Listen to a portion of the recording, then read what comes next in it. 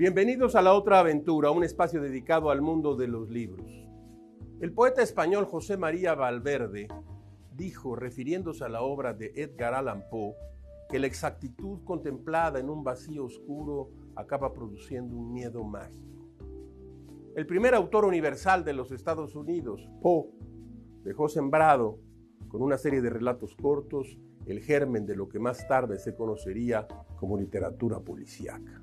La carta robada, sobre el principio de que el mejor modo de esconder un documento es ponerlo en el sitio más evidente. Los crímenes de la calle Morgue, precursor clásico del género como deducción mental sobre el autor de uno de los crímenes que solo pudo haber sido cometido por un enorme mono.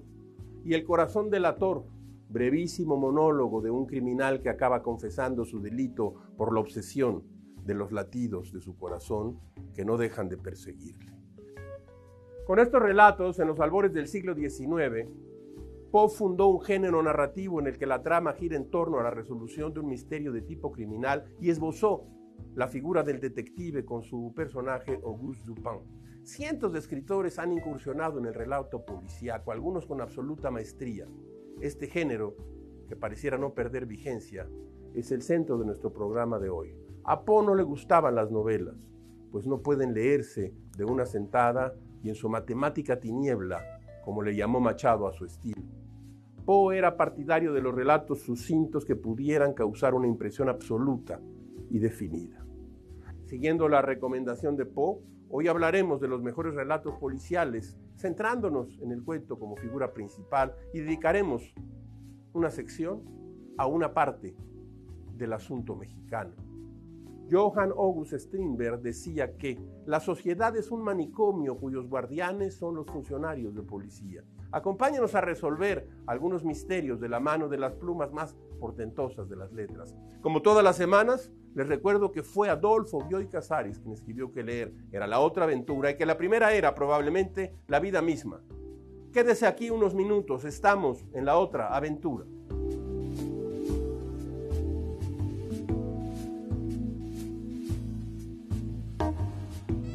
En el relato ¿Quién mató a Agatha Christie?, Vicente Leñero colocó a los detectives James Japp y a Hercule Poirot frente a un divertido dilema. Los personajes de Christie se preguntan: ¿seremos nosotros las próximas víctimas de nuestra creadora?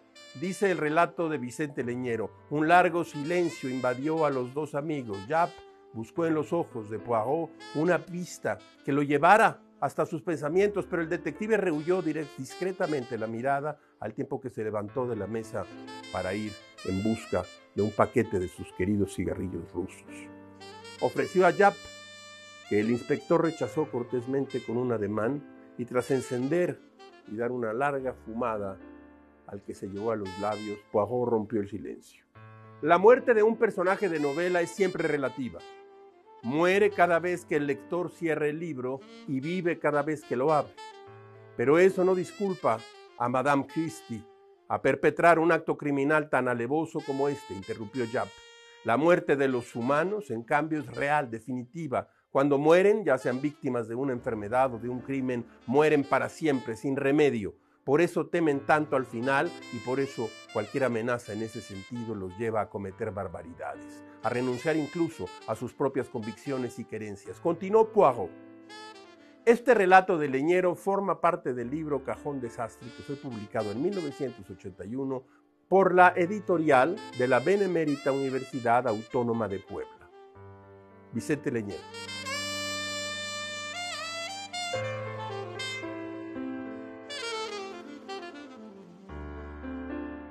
La señal en el cielo es probablemente el mejor relato policial que escribió la autora británica Agatha Christie. Decirlo no es poca cosa, pues su vasta obra está llena de misterios y vueltas de tuerca que le han merecido el título de la madre de este género.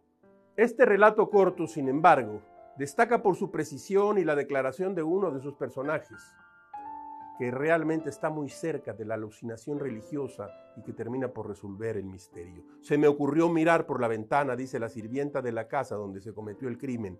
Pasaba un tren en ese momento y el humo rosado que despedía adquiría en el aire, créame señor, la forma de una mano gigantesca. Una enorme mano blanca en contraste con el carmesí del cielo. Los dedos estaban crispados como si quisieran apoderarse de algo. Le aseguro que tuve un sobresalto. Me dije a mí misma, ¿sabes? Eso es el augurio de que algo va a ocurrir. Y en ese mismo instante se oyó el tiro, el disparo. Ya ocurrió, me dije.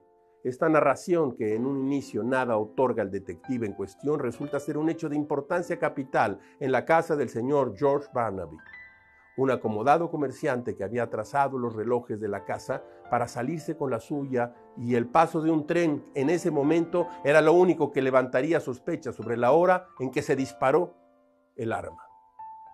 Agatha Christie manejó con maestría este tipo de giros argumentales en donde una narración lineal y la recapitulación de ciertos hechos toman distintos significados en la medida en que se agregan datos a la historia. Es decir, manejó con maestría el relato policial.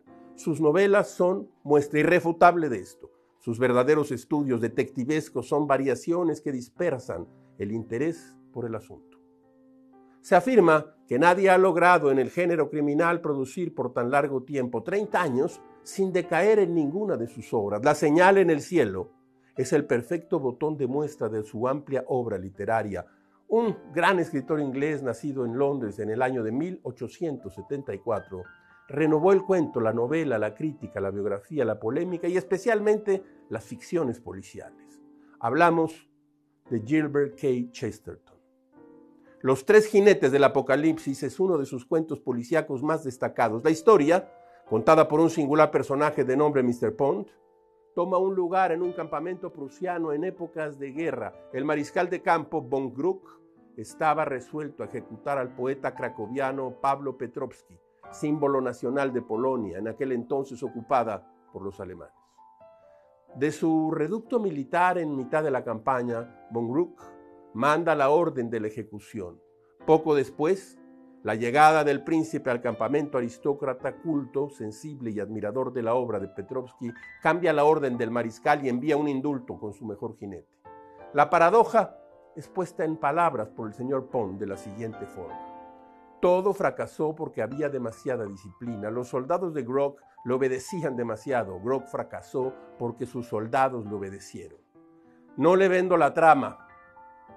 Los tres jinetes del Apocalipsis es una verdadera joya que exige del lector una deducción lógica de difícil resolución hasta el párrafo final. Además, la prosa de Chesterton es realmente brillante.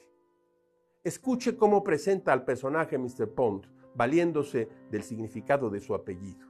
La palabra inglesa Pond significa estanque. Escuche usted. Era un viejo amigo de mi padre, un funcionario, y sospecho que mi imaginación infantil había mezclado de algún modo el nombre de Mr. Pond con el estanque del jardín. Pensándolo bien, se parecía extrañamente al estanque. Era, en general, tan sereno, tan regular y tan claro en sus habituales reflejos de la tierra, del cielo y de la luz del día como aquel. Y yo sabía, sin embargo, que había algunas cosas raras en el estanque del jardín. Una o dos veces al año el estanque parecía un poco distinto. Una sombra fugaz o un destello interrumpía su lisa tranquilidad y un pez o un sapo o alguna criatura más grotesca se mostraba al cielo. Y yo sabía que también en Mr. Pond había monstruos mentales que emergían un instante a la superficie y luego se perdían. Sin duda, Chesterton es uno de los maestros del relato policial. Más adelante pone en voz del mariscal von Gluck la siguiente máxima que podía ser el centro de los relatos policiales. El mundo cambia, no por lo que se dice o por lo que se reprueba o se alaba, sino por lo que se hace. El mundo nunca se repone de un acto.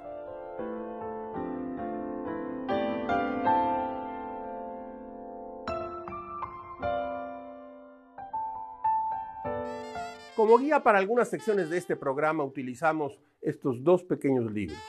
Los mejores cuentos policiales seleccionados nada menos que por Adolfo Bioy Casares y Jorge Luis Borges.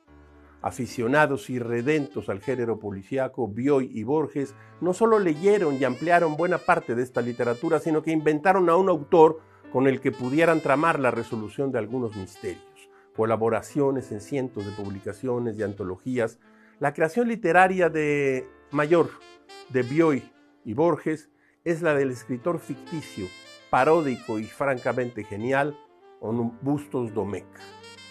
En una conversación con Victoria Ocampo, Borges confiesa que él no quería colaborar con Bioy. Me parecía que una colaboración era imposible, cuenta Borges, y una mañana me dijo que hiciéramos una prueba. Yo iba a almorzar, teníamos 2 horas libres y teníamos ya un argumento. Empecé a escribir de un modo que no se parecía ni a Bioy ni a Borges. Creamos de algún modo, entre los dos, un tercer personaje, Bustos Domecq. Domecq era el nombre de su bisabuelo, Bustos, el de un bisabuelo cordobés mío, dice Borges, y lo que ocurrió después es que las obras de Bustos Domecq no se parecen ni a lo que Bioy escribe por su cuenta, ni a lo que yo escribo por la mía. Ese personaje existe de algún modo, pero solo existe cuando estamos conversando. La serie de novelas de corte policíaco atribuidas a Bustos Domecq quedó inaugurada en 1942 con la deslumbrante presentación de 6 problemas para Isidro Parodi y continuó con 2 fantasías memorables y crónicas de Bustos Domecq en 1946 y 1947. El sardónico y ultrarracional detective condenado a cadena perpetua hizo así su presentación en la literatura argentina con un estilo propio y deliberadamente alejado de sus autores. El crítico argentino Marcos Ricardo Bernatán dedicó unas líneas en 1977 con motivo del 4º último libro bajo este seudónimo, 9 cuentos de Bustos Domecq. Bernatán define así, con precisión, las similitudes y diferencias entre los escritores argentinos y su creación. Escuche usted. Los 3 son argentinos, Borges, Bioy y Domecq. Participan de un mismo lenguaje, de unos mismos tics, de unas mismas manías, pero mientras Borges y Bioy escriben sus libros por separado, los hace conscientes de su condición de escritores y bajo los focos intensos del careo multitudinario. Sin embargo, Bustos Domecq se nutre de lo aparentemente superficial, que no entra en la atmósfera metafísica de sus compadres. Notamos que toman café juntos y se enfrascan en interminables charlas, pero Bustos Domecq se diferencia de los otros 2 por su sorna, por el dominio del argot popular, a medio camino entre la parsimonia y el lunfardo. Ni siquiera aquel magistral retrato de Borges, logrado por el fotomontaje de los rostros superpuestos de Borges y Bioy, logra parecerse al ya veterano depredador Bustos Domecq, que tuvo su discípulo más aventajado en Suárez Lynch, otra creación literaria de los mismos padres y con apellidos de ancestros cruzados. Estos volúmenes que tengo aquí en las manos han sido editados por MC. Son 2 breves volúmenes, pero son prácticamente obras mayores de la literatura. Desde los libros con Bioy, su colaborador más asiduo, hasta los libros que escribió con Margarita Guerrero, como el libro de los seres imaginarios, con Alicia Jurado, en ¿Qué es el budismo?, o con María Kodama o María Esther Vázquez, o Bettina Edelberg. Aunque Borges, como él mismo lo dijo, no era afín a las colaboraciones, recordemos que a partir de 1950 tuvo que recurrir a la ayuda de muchas personas debido a la ceguera progresiva que pronto lo dejaría prácticamente en la oscuridad o en aquello que él llamaba el eterno amarillo. Los mejores cuentos policiales, selección y prólogo de Adolfo Bioy Casares, consígalos, son libros de bolsillo y pasará usted tardes de suspenso y de gran literatura.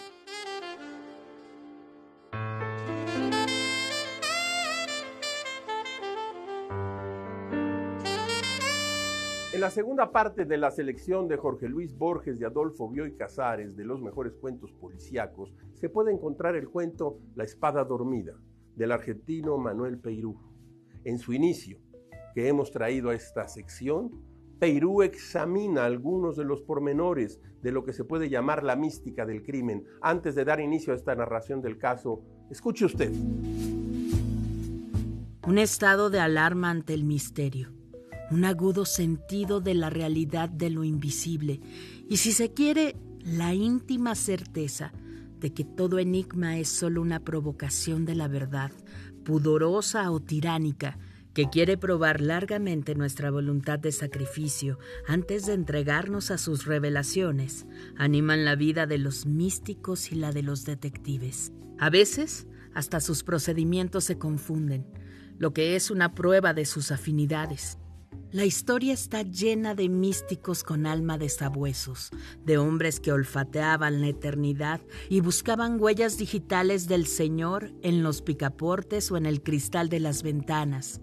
A la inversa, tampoco puede negarse la existencia de detectives dueños de revelaciones sobrenaturales, en cuyos éxtasis policíacos aparece en forma concreta el proceso de un crimen, con detalles y evidencias que serían luego desarrollados a priori hasta llegar a una verdad idéntica a la revelada. Claro es que todo eso no autoriza a conceder crédito al primer investigador aficionado que ponga los ojos en blanco y hable con unción de las latitudes del misterio, o pretenda ordenar solo intuitivamente un rompecabezas del género policial.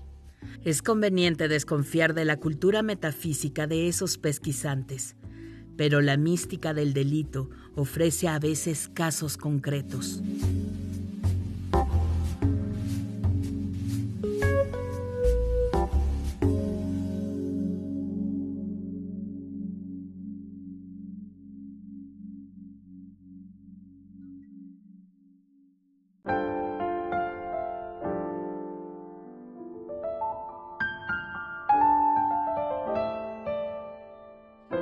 Mire usted lo que nos ha llegado a la mesa de novedades, aquí a esta mesa de La Otra Aventura, de la editorial Páginas de Espuma, que desde hace mucho tiempo se dedica a publicar relatos, cuentos, historias breves.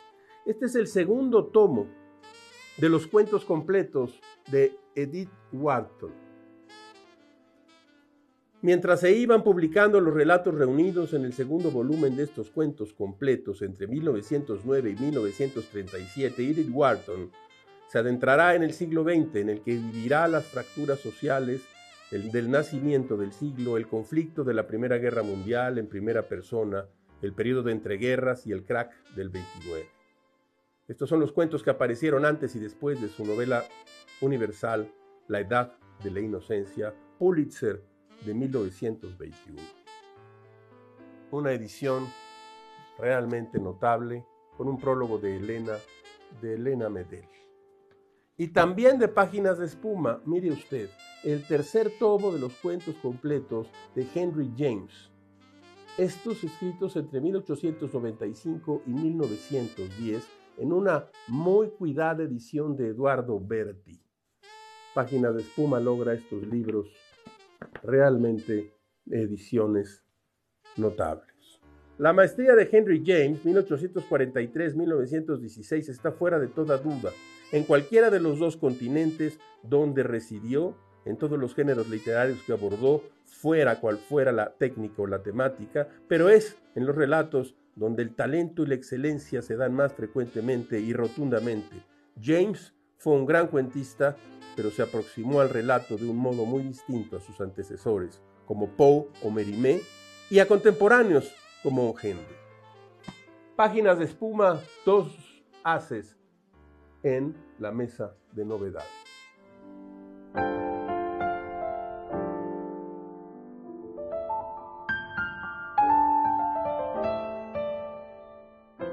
En el año de 1976 fue publicado por la editorial Joaquín Mortis el segundo libro de relatos de la escritora Guadalupe Dueñas, que lleva por nombre No moriré del todo. En este libro, Dueñas incluyó los relatos La Dama Gorda y Barrio Chino, ambos con una intriga y un asesinato. En La Dama Gorda, la escritora narra el misterioso asesinato de una mujer con sobrepeso que vive en una gran mansión y jamás hablaba con nadie. En Barrio Chino, Dueñas plantea un relato en el cual se desconoce la raíz de la trama, pero se sugiere que previamente ocurrió un crimen entre una pareja y un suicidio está por ocurrir. Este último relato parece estar situado en el café en la calle de Dolores en el centro histórico de la Ciudad de México, donde solían reunirse Efrén Hernández, Rosario Castellanos, Dolores Castro y la propia Guadalupe Dueñas, Emma Godoy y José Gorostiza en 1939, poco antes de fundar la revista literaria América. Los cuentos de No moriré del todo pueden encontrarse en el compilado de obras completas de la autora, publicado por el Fondo de Cultura Económica.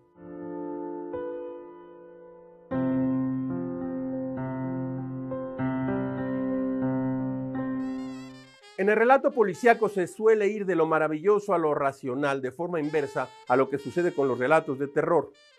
La escritora María Elvira Bermúdez decía que el relato policíaco es probablemente uno de los más difíciles de escribir, ya que saber quién fue el asesino y conocer sus motivos constituye un reto a la imaginación y a la capacidad intelectual del lector. Bermúdez aseguraba que los escritores de relatos policíacos están obligados a jugar limpiamente con los lectores, pues estos deben obtener por parte del autor todos los elementos para poder resolver el misterio que plantea el relato. En 1987, un año antes de su muerte, María Elvira Bermúdez publicó la antología del cuento policíaco mexicano que editó Premiá en conjunto con la editorial de la UNAM. Este libro está formado por relatos: Debut profesional de Antonio Elú, La muerte poética de Rafael Bernal, El caso del usurero de Rubén Salazar Mayén, El vitral de la coneja de Salvador Reyes Nevares, Sinfonía pastoral, José Revueltas, Algo en la oscuridad de José Emilio Pacheco y Quién mató a Agatha Christie de Vicente Leñero. En el prólogo, Bermúdez hace un breve recuento histórico de lo que había sido hasta entonces el relato policíaco en México. De acuerdo con Bermúdez, el género policial en México fue impulsado en gran medida por la editorial Albatros en la década de 1940. Fue precisamente en Albatros donde se publicó La obligación de asesinar de Antonio Elú, considerado el primer libro del género en toda la regla en las letras mexicanas.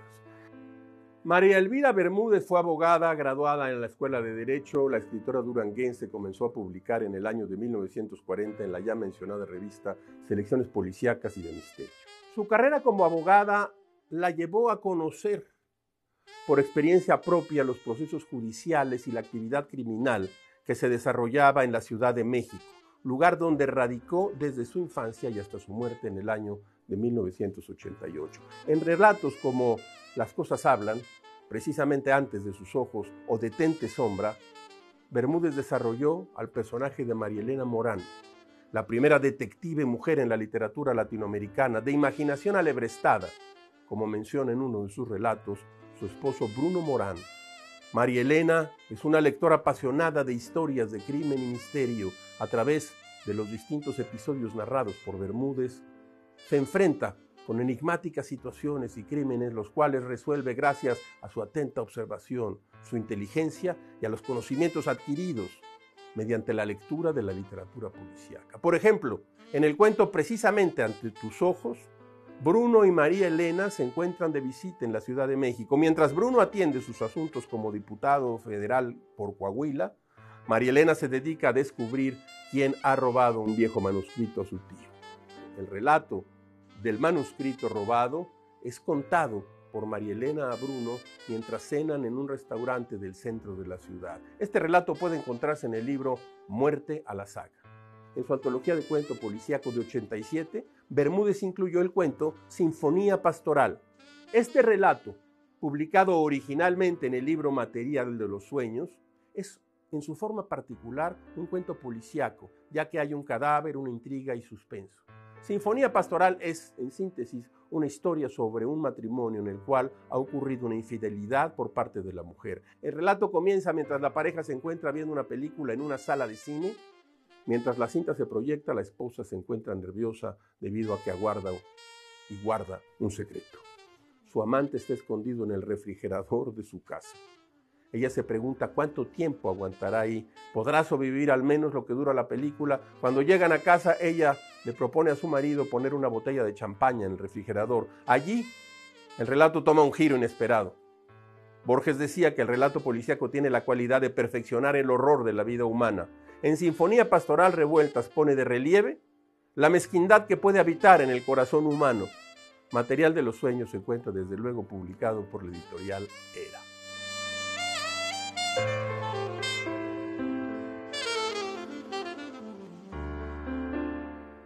Como todas las semanas, usted encontrará aquí un espacio ¿para qué? Para la felicidad de las frases célebres. Escuche usted esta. Toda la justicia social descansa en estos dos axiomas. El robo es punible y el producto del robo es sagrado. Anatole France. Hemos llegado al final de esta emisión y esta aventura. Soy Rafael Pérez Gay y los espero aquí la próxima semana. Abres una puerta y aparece un mundo. Eso es un libro.